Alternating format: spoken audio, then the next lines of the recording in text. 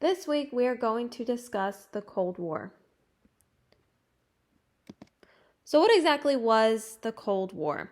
So the Cold War was a global political and ideological struggle between capitalist and communist countries, specifically two surviving superpowers of the post-war world.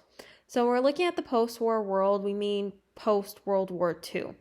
So the United States and the Union of Soviet Socialist Republics, also known as the USSR. So it's called the Cold War because neither the Soviet Union nor the United States officially declared war on each other, and there was no actual fighting. So tensions ran highest probably during the first part of the Cold War, which lasted from the mid-1940s through the mid-1960s, so roughly 20 years. After which followed a period of relaxed tensions and increased communication and cooperation known by the French term détente, until the Second Cold War interceded from roughly 1979 until the collapse of the Berlin Wall in 1989 and the end of the Soviet Union in 1991. So how did the Cold War start? So the Cold War grew out of a failure to achieve settlement among leaders from the big three allies, the United States, Britain, and the Soviet Union, when they met in Yalta, in Russian Crimea, and at Potsdam in occupied Germany to shape the post-war order. So Stalin, who was in control of the Soviet Union at this time, considered the newly conquered territory part of a Soviet sphere of influence. But the United States and Britain didn't necessarily agree with that. So in 1946 alone, the Soviet Union refused to cede parts of occupied Iran. A Soviet defector betrayed a Soviet spy who had worked on the Manhattan Project, and the United States refused Soviet calls to dismantle its nuclear arsenal. Okay, so now we have the Truman Doctrine. So with the Truman Doctrine, President Harry S. Truman established that the United States would provide political, military, and economic assistance to all democratic nations under threat from external or internal authoritarian forces. On March 12, 1947, President Harry S. Truman gave a speech that would mark the beginning of the Cold War, a period of tension between democratic powers in the Western Bloc and the powers in the communist Eastern Bloc that would last more than 40 years.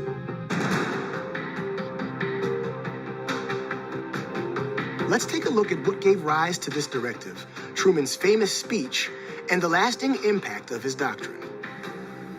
Immediately following World War II, tensions between the West and the USSR were already on the rise. Recovering European countries were in political crisis, with large factions within them supporting their nation's communist political parties. The Soviet Union supported these communist factions, desiring to expand their influence in Europe. But the United States, along with its wartime allies, wanted countries to set up governments committed to free market economies and supportive of democratic governments. American and British political leaders believed that nations with constitutional self-government would foster economic prosperity and deliver them reliable allies in trade, commerce, and war. This was on the mind of Winston Churchill, the former Prime Minister of the United Kingdom, when he gave his Iron Curtain speech in Fulton, Missouri in 1946. In it, he condemned the Soviet Union's oppressive power in the East. However, the lines between communism and democracies were not always clear-cut. In 1947, tensions in the Mediterranean made that clear.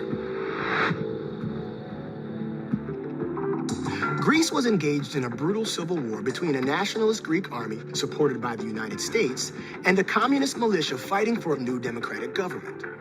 This internal conflict made it vulnerable to the political influence of other countries.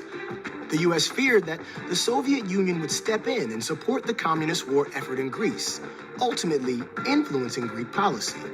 Meanwhile, the USSR had been trying to expand influence in other parts of the Mediterranean, putting a lot of pressure on Turkey in particular. See, at the time, the Soviets wanted to drill for oil in Iran, but to get that oil out of Iran, they had to use Turkish waters. So the Soviet government pressured Iran into granting them oil concessions right near the Turkish border, while trying to get Turkey to grant them a military base and transit rights through the Turkish Straits. The United States government didn't want the Soviet Union to control the Turkish Straits, which offered both military and economic advantages. For this reason, the U.S. and its allies sought an anti-communist Turkey. American diplomats concluded from Russian interest in Turkey that the Soviet Union was also supporting communists in Greece, just west of Turkey.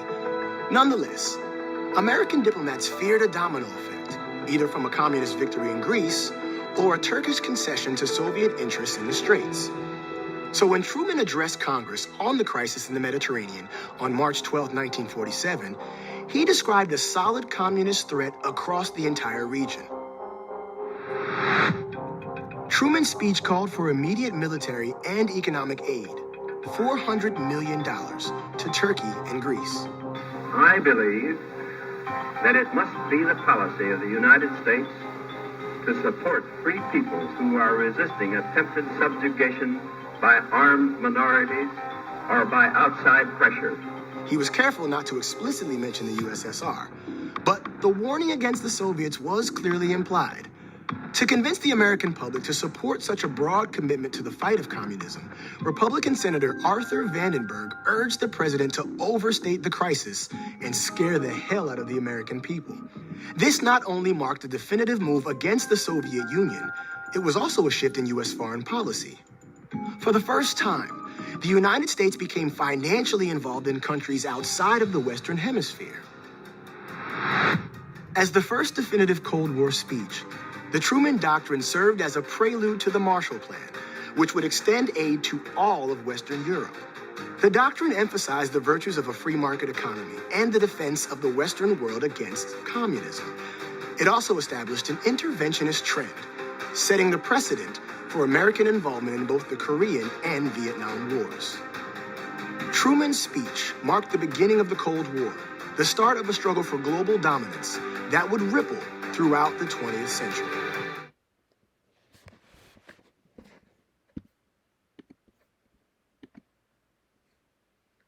Okay, so then we have the divide in Berlin. So Berlin had been divided into communist and capitalist zones. In June 1948, when U.S., British, and French officials introduced a new currency, the Soviet Union initiated a ground blockade. So essentially with a blockade, you are cutting off a city's resources. So it cut off rail and road access to West Berlin, which was landlocked within the Soviet occupation zone, to gain control over the entire city. So they made sure that pretty much nobody could get in, nobody could get out.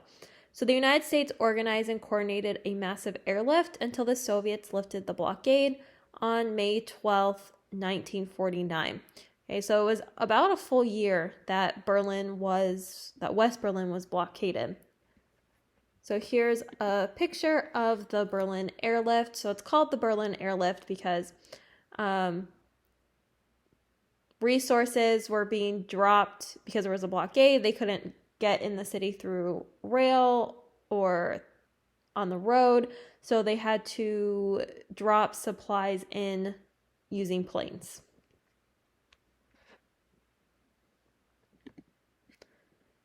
Okay, so like the video on the Truman Doctrine said, it was kind of a prelude to the Marshall Plan.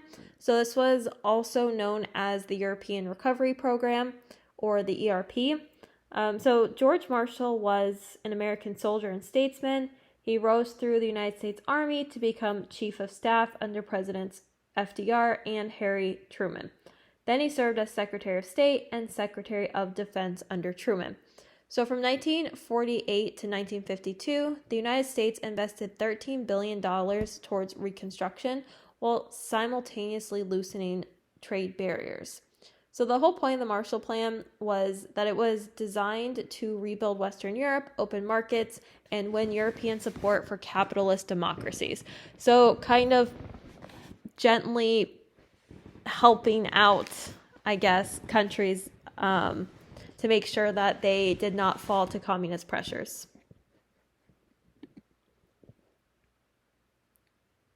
Okay, so then we have the Reagan Doctrine. So the Reagan Doctrine believed that once again, all these doctrines are kind of building off each other. So the Reagan doctrine stated that, so it was believed that the duty of the United States was to speed the Soviet Union to its inevitable demise. And the Reagan doctrine declared that the United States would supply aid to anti-communist forces everywhere in the world. So federal spending on defense rose from $171 billion in 1981 to $229 billion in 1985, the highest level since the Vietnam War. So here again, we see that Americans, or just America's ideal or ideology at this time, is just trying to support anti-communist forces around the world to make sure communism doesn't spread. So America increased the amount of money that it was spending on its military to try to make sure countries didn't fall to communism.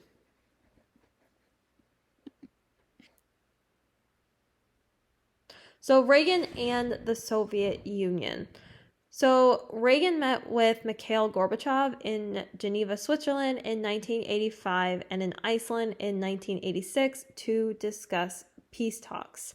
So the summits failed to produce any concrete agreements, but the two leaders developed a relationship unprecedented in the history of U.S.-Soviet relations. So a lot of times, obviously, because the United States and the Soviet Union, they were at war with each other. When leaders from both countries met, it could be very tense. But Reagan and Gorbachev end up developing a really nice relationship with each other. They got along fairly well. So by the late 1980s, the Soviet Empire was crumbling. Reagan successfully combined anti-communist rhetoric.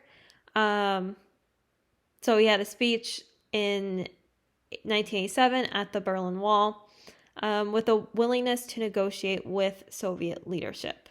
So here we kind of see possibly an end to the Cold War. Okay, so we have the Manhattan Project. So the Manhattan Project was a research and development undertaking during World War II, and it produced the first nuclear weapons. It was led by the United States with the support of the UK and Canada.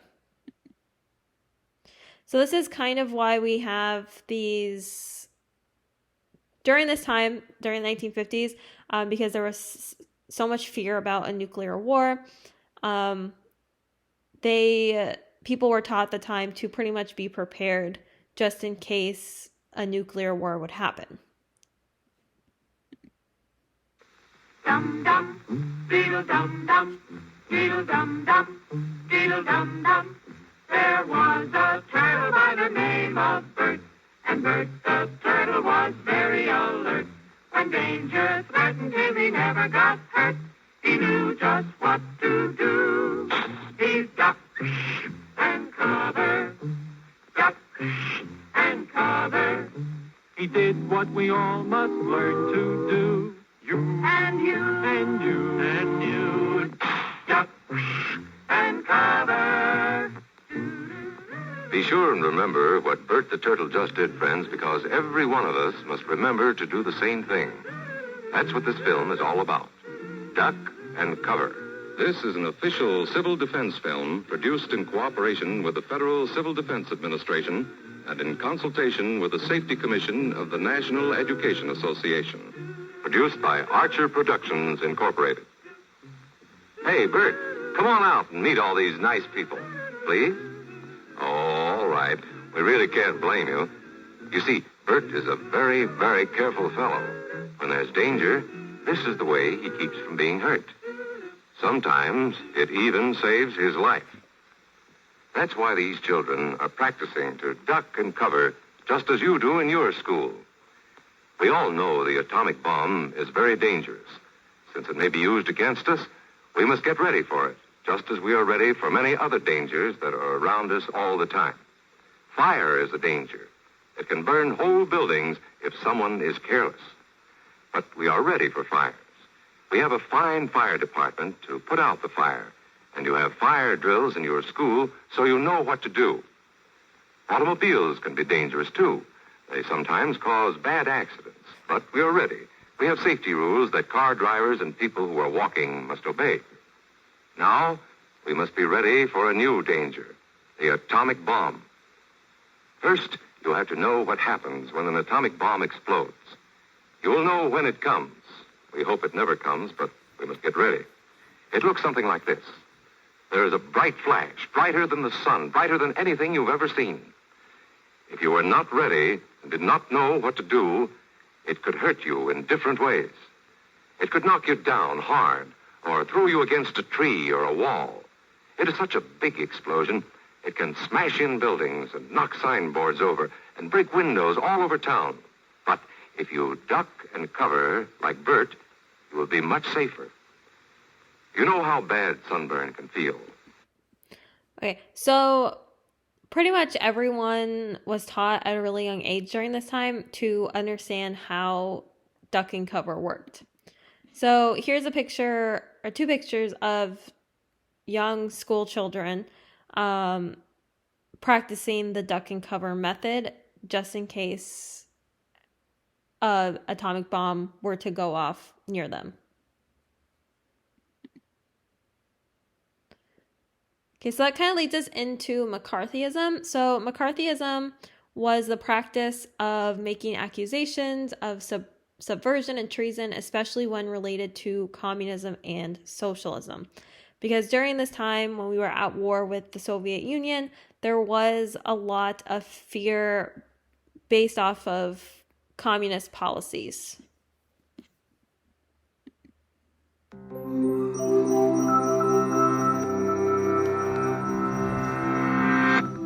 Imagine that one day you're summoned before a government panel. Even though you haven't committed any crime or been formally charged with one, you are repeatedly questioned about your political views, accused of disloyalty, and asked to incriminate your friends and associates. If you don't cooperate, you risk jail or losing your job.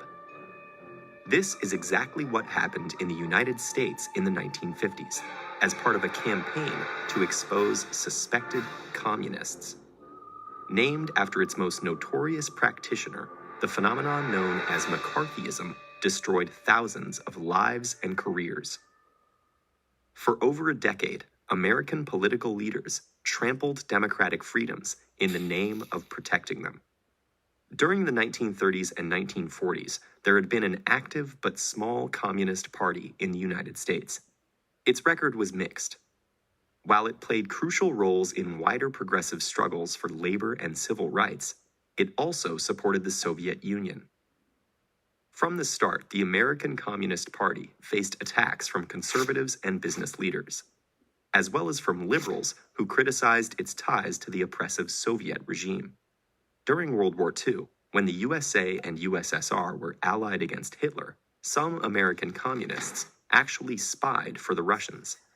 When the Cold War escalated and this espionage became known, domestic communism came to be seen as a threat to national security. But the attempt to eliminate that threat soon turned into the longest-lasting and most widespread episode of political repression in American history. Spurred on by a network of bureaucrats, politicians, journalists, and businessmen, the campaign wildly exaggerated the danger of communist subversion. The people behind it harassed anyone suspected of holding left-of-center political views or associating with those who did. If you hung modern art on your walls, had a multiracial social circle, or signed petitions against nuclear weapons, you might just have been a communist. Starting in the late 1940s, FBI Director J. Edgar Hoover used the resources of his agency to hunt down such supposed communists and eliminate them from any position of influence within American society.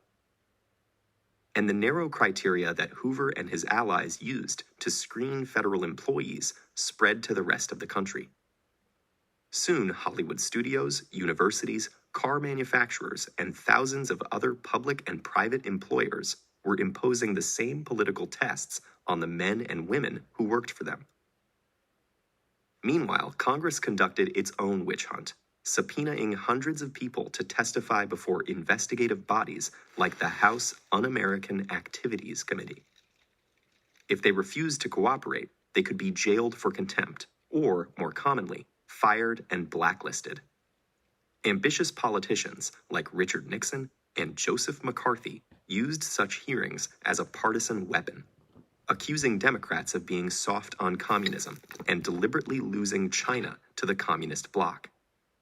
McCarthy, a Republican senator from Wisconsin, became notorious by flaunting ever-changing lists of alleged communists within the State Department. Egged on by other politicians, he continued to make outrageous accusations while distorting or fabricating evidence. Many citizens reviled McCarthy, while others praised him.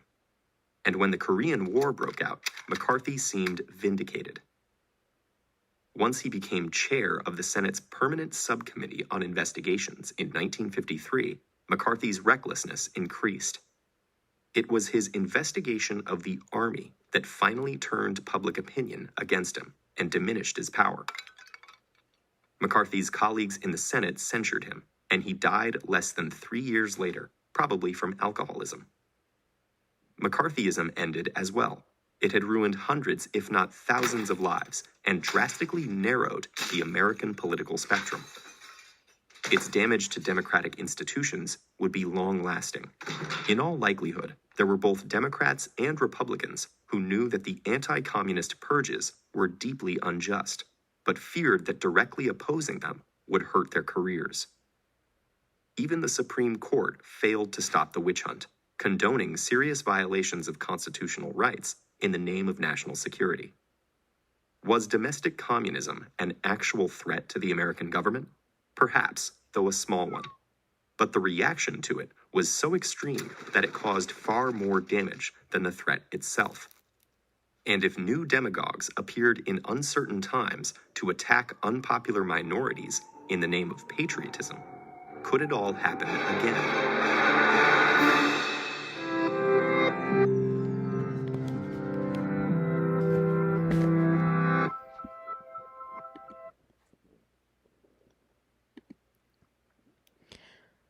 So Kirchway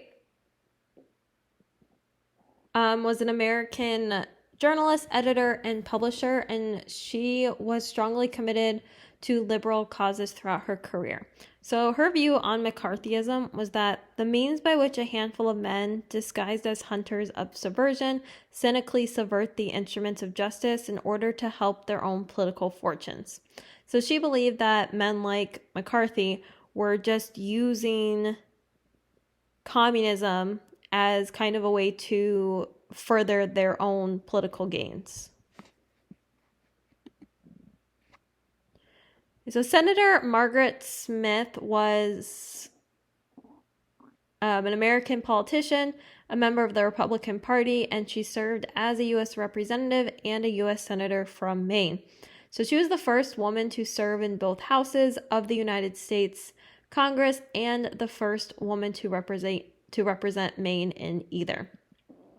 So she wrote the Declaration of Conscience, which in it she criticized the national leadership and called for the country, the United States Senate, and the Republican Party to re-examine the tactics that was used by the House Un-American Activities Committee.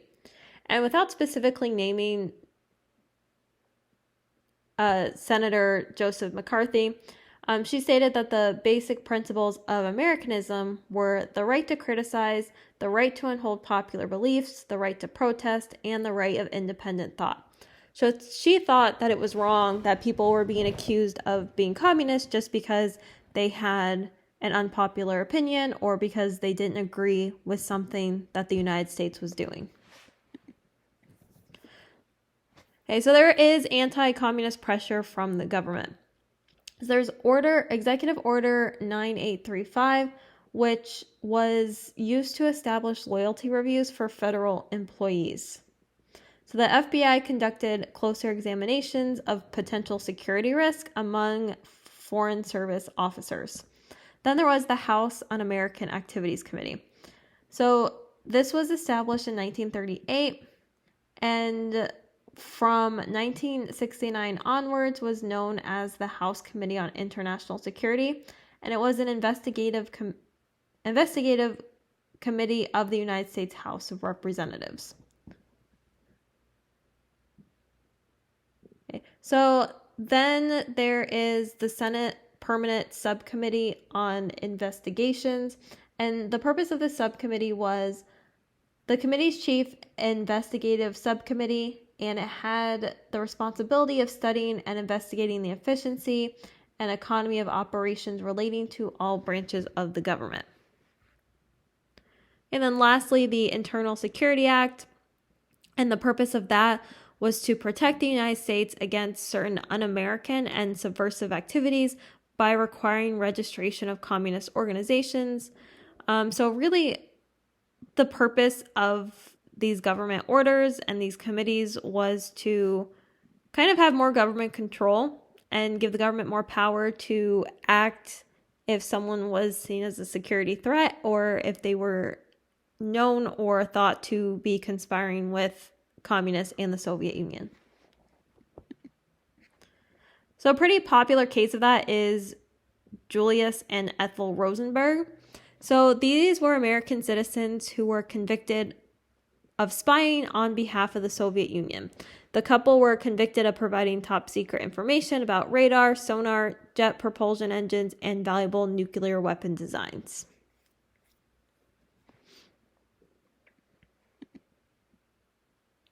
Okay, so that leads us to the space race. So at this time, when we are looking at the Cold War and it's really enveloping what's going on in America, we're also involved in the space race.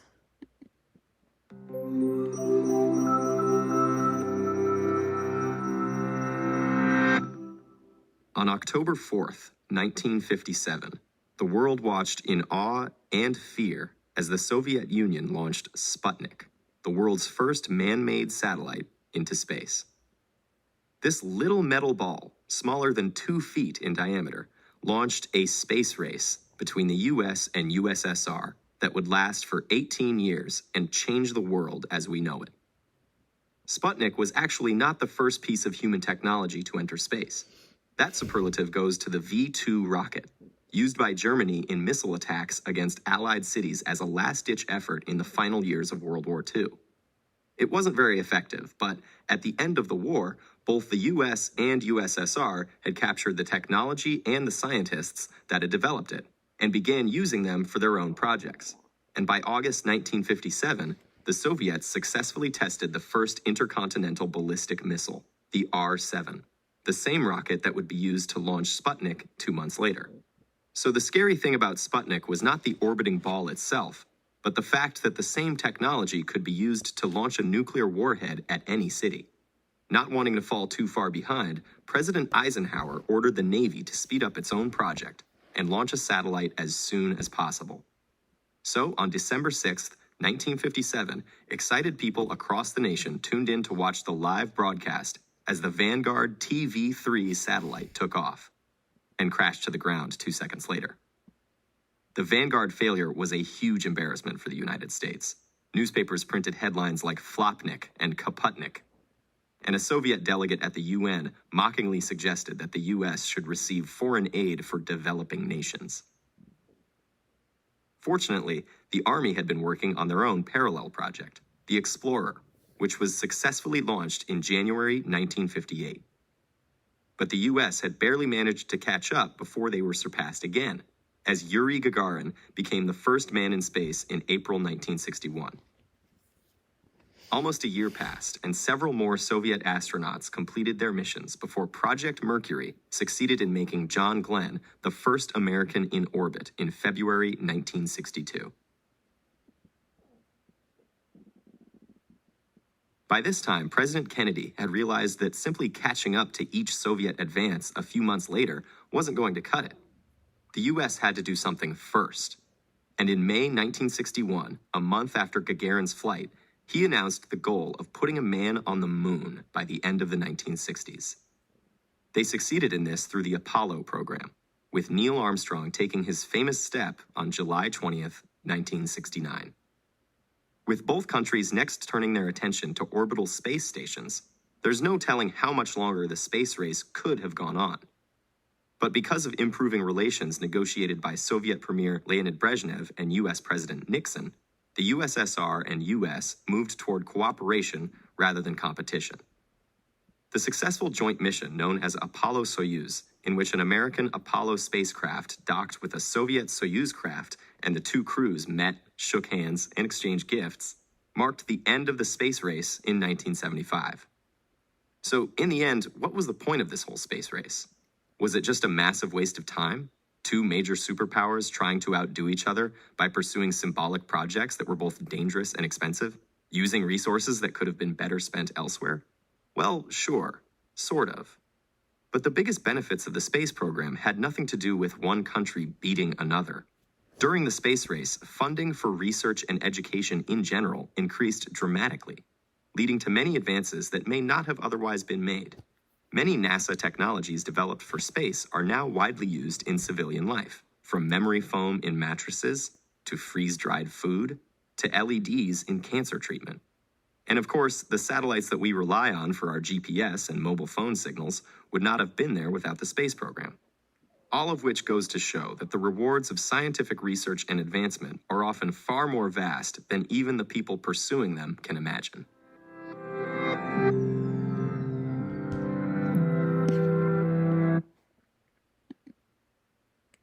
Okay, so next we're going to look at the impact of nuclear war on pop culture. So here we have the Hollywood blacklist. So the Hollywood blacklist was a list of people who worked in Hollywood that were essentially blacklisted because they were either thought to be communists themselves or have communist sympathies.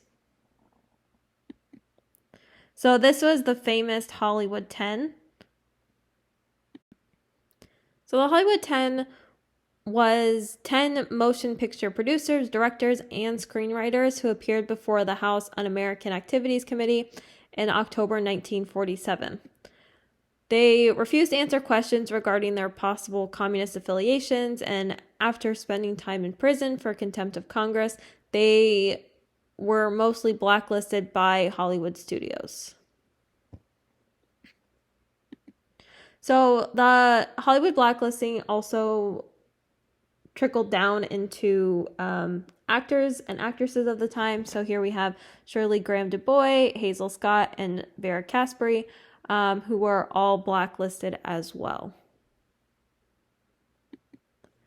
And then Paul Robeson was also blacklisted. So he was an American bass baritone concert artist, stage and film actor. He was an athlete, activist, who became famous for both his cultural accomplishments and for his political stances. So in 1949, Robeson spoke in Paris, suggesting that African Americans should not volunteer for a war against the Soviet Union. So this comment led to his blacklisting in the United States.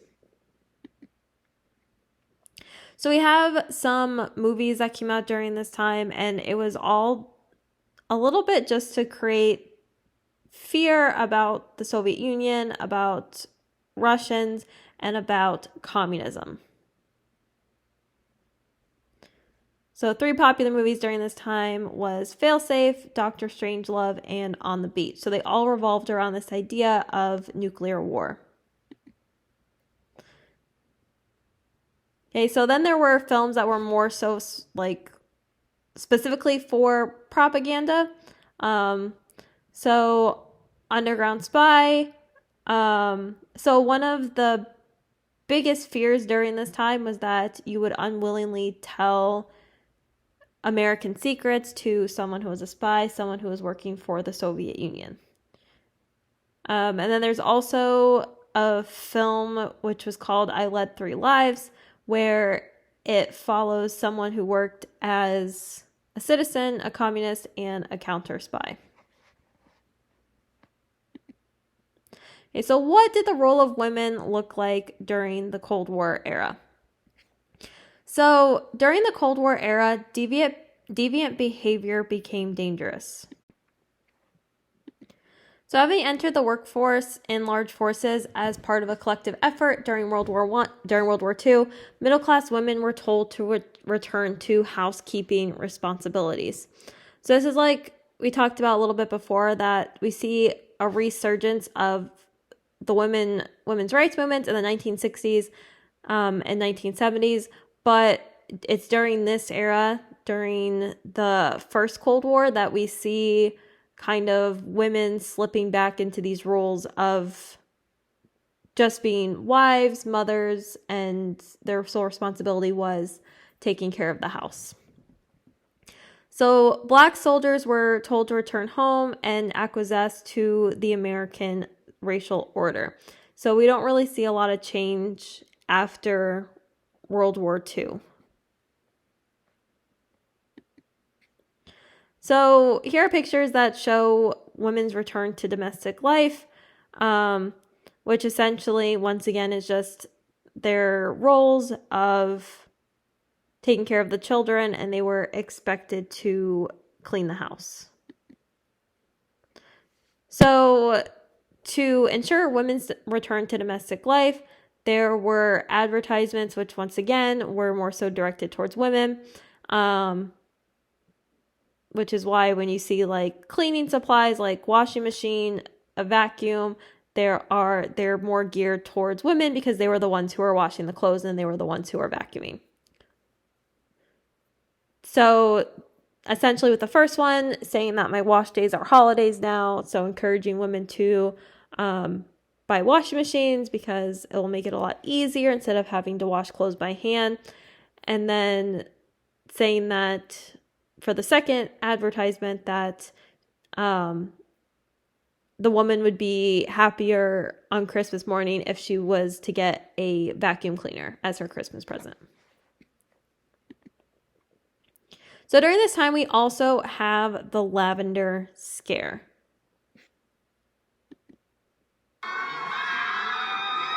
Marchers at yesterday's Capitol Pride March in Washington owe much to one man you might call the grandfather of the gay rights movement.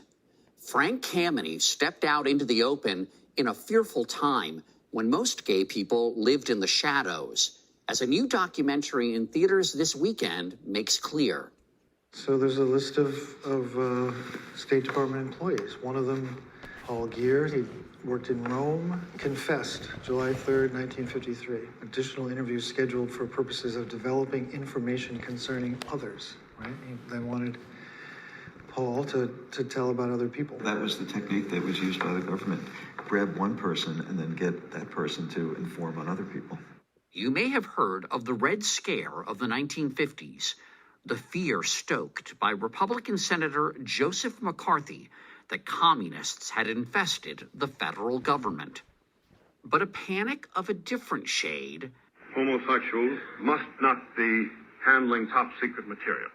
Led to a much wider purge of gay employees that long outlasted McCarthy's tenure. The pervert is easy prey to the blackmailer. David K. Johnson is the author of the definitive history of what's come to be known as the Lavender Scare. What is the Lavender Scare? I describe it as a fear, right? A fear that permeated Cold War political culture. This fear that gay people were a threat to national security, that they had infiltrated the federal government, and that they needed to be systematically removed from government service. The rooting out of homosexual employees became official policy with an executive order signed by newly elected President Dwight D. Eisenhower in 1953. This is a guy who understood firsthand a real threat. I mean, he's a Supreme Allied commander in World War II, so you would think he would understand a real threat. Well, I think he did. I think he probably didn't see this as a real threat, but he saw that it won elections. That it was expedient politically. It was part of their campaign, right? Let's clean house. Let's get rid of all these people. Josh Howard, formerly of CBS News, has produced and directed a new documentary, soon to air on PBS, about the Lavender Scare. He says there's a good reason you probably don't know about this chapter in history. The Lavender Scare happened in private. The people who were being fired didn't want to tell their closest friends and relatives why they had been fired, because they wanted to stay in the closet. If you were found out to be gay in those years, your life was essentially over. You were shunned by society.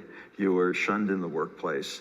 It's the reason people were in the closet in the 1950s. Even in private homes, gay people were not safe from investigators. At Christmas time, some friends were having a party. Somebody must have tipped them off that there was a party where gay people were going to be. Bob Cantillon, a Navy serviceman, was told to report to the police station for interrogation. I freely admitted that I was gay. And then they said, we also want 5 names of other people you know. So I searched my mind and I gave them the names of 5 people I thought would be least hurt. My impression was that after I named the 5 names, they'd let me go and nothing else would happen after that. But then we were all discharged. Was there any due process? I mean, could you call a lawyer? You could not bring in an attorney. No, wasn't allowed. You were just forced to answer yes or no, to confess, or... Right. The security officials boasted that gay people very easily confessed and told the truth. What they don't talk about is the fact that they essentially blackmailed people. They threatened to tell their families. So a lot of gay people quietly resigned. Johnson estimates that between 5,000 and 10,000 people were fired or resigned. And we'll never know how many didn't pursue their dreams for fear of exposure. Navy Captain Joan Cassidy came from a family of proud veterans. She had a shot at becoming the first female admiral. I couldn't do it. I just couldn't do it. It was too big a chance to take.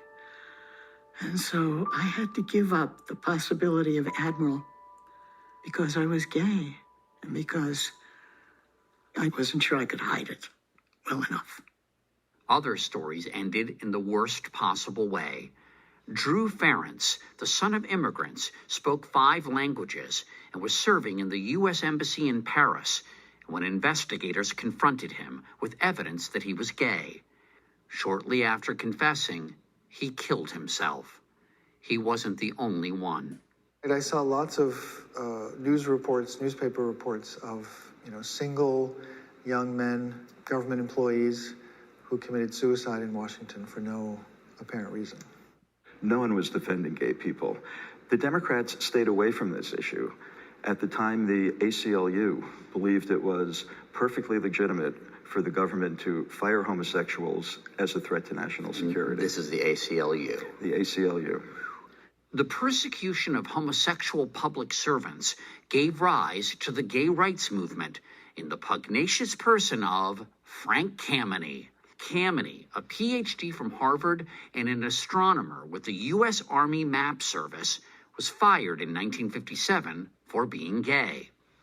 To the best of my knowledge and belief, I was the first person to fight back out of all of those huge number of people that were fired in the 50s.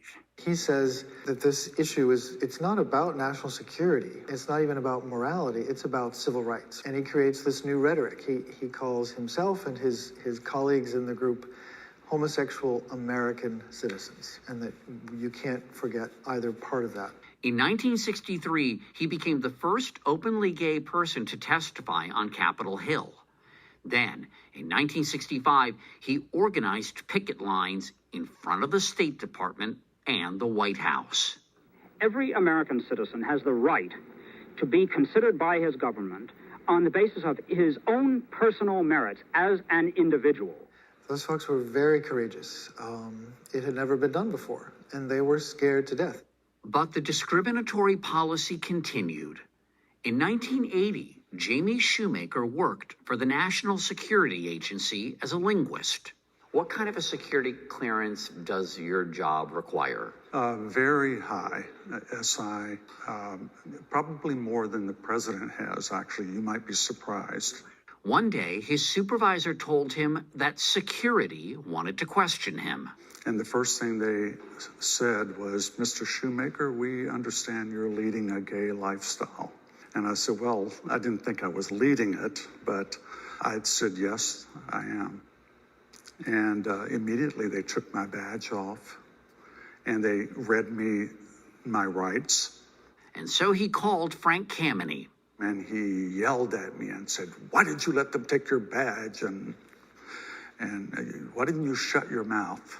6 months later, with Kameni's help, Shoemaker made headlines when the agency allowed him to keep his job and his security clearance. In 1995, after 42 years, the last vestiges of Eisenhower's executive order were finally overturned. How many gay federal employees actually spied for foreign governments? There was not a single example of a gay man or lesbian who ever submitted to blackmail by a foreign agent. Not a single one. In 2009, Frank Kameny was back at the White House. Frank Kameny, who was fired. This time invited by President Obama for a ceremony extending the rights of gay federal employees. Kameny died in 2011, not long after he was interviewed by Josh Howard, who says there are still lessons to be learned from his courage. I grew up in a time before there was marriage equality and before Stonewall.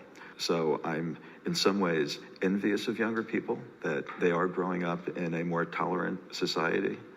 But I also hope that they understand that equality is not a given, that there were people who fought and sacrificed for those accomplishments.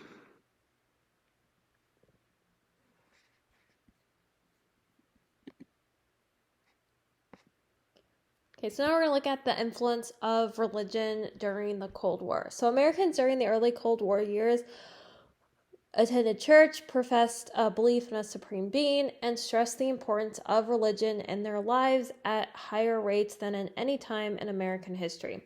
So Americans sought to differentiate themselves from godless communists through public displays of religiosity. So this was just another way for Americans to separate themselves from communists. So politicians infused government with religious symbols. So during this period, this is where we get with the Pledge of Allegiance, one nation under God, where we say, I pledge allegiance to the flag of the United States of America and to the republic for which it stands, one nation under God. So because we're starting to have a lot more religious zeal, we start to input God into different sayings or things like that. This is when we also have In God We Trust, which is on the back of our currency. Okay, so lastly, we are going to look at the fall of the Berlin Wall, which signaled the end of the Cold War. This is what plants look like. This too. Still plants. Wait. From ABC, this is World News Tonight with Peter Jennings. Reporting tonight from Berlin. From the Berlin Wall specifically, take a look at them. They've been there since last night. They are here in the thousands. They are here in the tens of thousands. Occasionally they shout, Die Mauer muss weg, the wall must go. Thousands and thousands of West Germans come to make the point that the wall has suddenly become irrelevant. Something, as you can see, almost to party on. How do you measure such an astonishing moment in history? The East German government said tonight they were going to make more openings in the wall, at least a dozen more. Put bulldozers right through the wall so that more people could cross to the west. The East German communist leadership tonight said there'd be a new election law guaranteeing secret elections which the rest of the world could monitor. And only 24 hours after East Germans were told they could go anywhere, anytime, the Soviet Union said that was a sensible move. Thousands of East Germans came across the border today, perhaps more than 100,000, so many that border police lost count. And at every border crossing, thousands of West Germans there to say welcome. Some of the really good news today was for the East German government.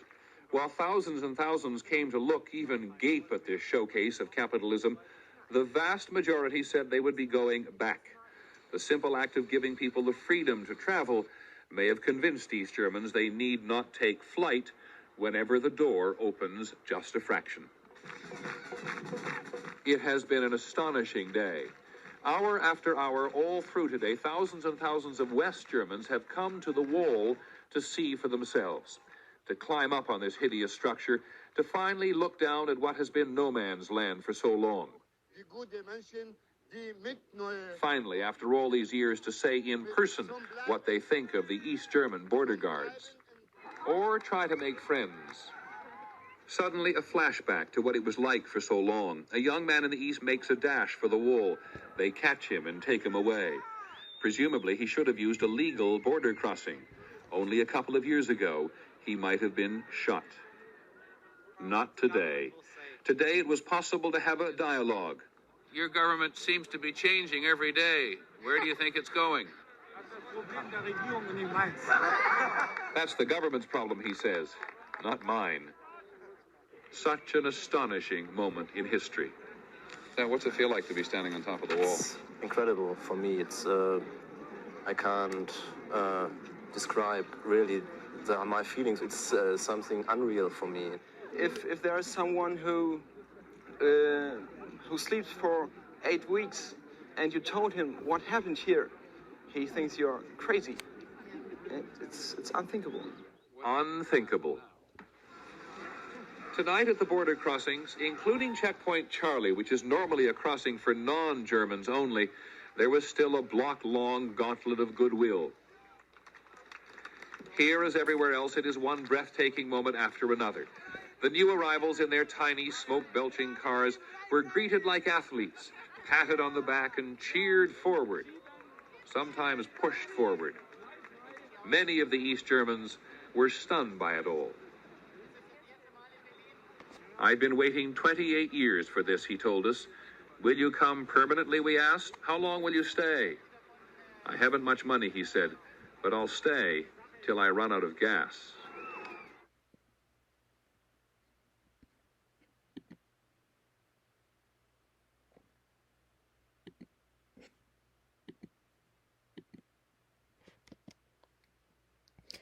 Okay, so one last thing, we'll look at Hasselhoff and the Berlin Wall. So David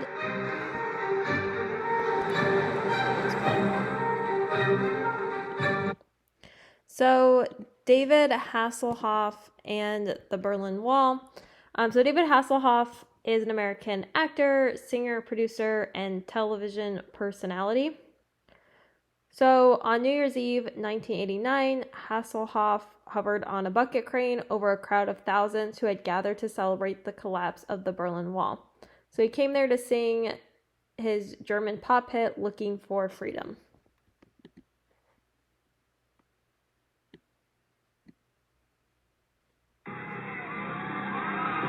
One morning in June, some 20 years ago, I was one of his man's sons. I had everything that money could buy, but freedom I had none. I've been looking for freedom. I've been looking so long. I've been looking for freedom. Till the day goes on. I've been looking for